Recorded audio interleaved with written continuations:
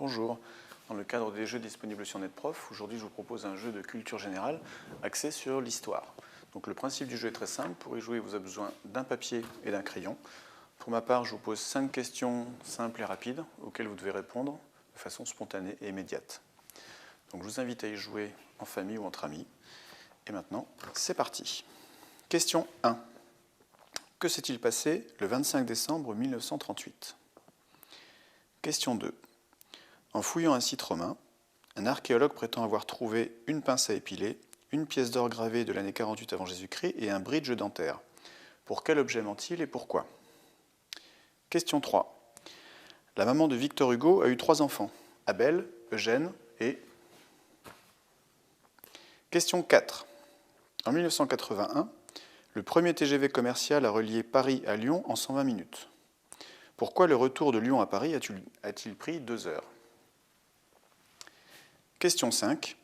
Comment a-t-on appelé le premier ascenseur à commande électrique, c'est-à-dire sans machiniste, mis en service en 1924 ?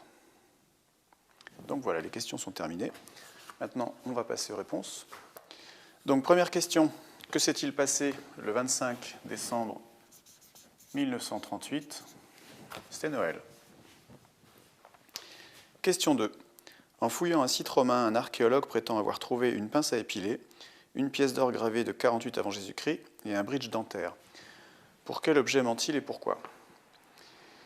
Eh bien, indépendamment de l'aspect sérieux qui consiste à dire que les Romains avaient inventé les pinces à épiler et les bridges dentaires, on ne voit pas pour quelle raison on aurait pu graver des pièces de moins 48 avant JC.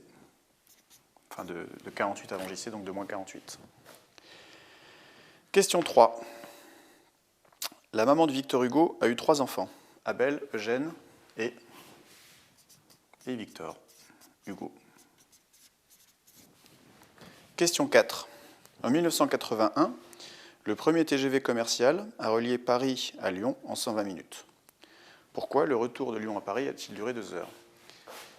Eh bien parce que 120 minutes, ça fait 2 heures.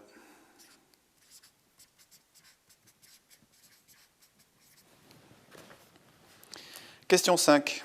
Comment a-t-on appelé le premier ascenseur à commande électrique, c'est-à-dire sans machiniste, qui a été mis en service en 1924 ? Cet ascenseur, on l'a appelé en appuyant sur le bouton.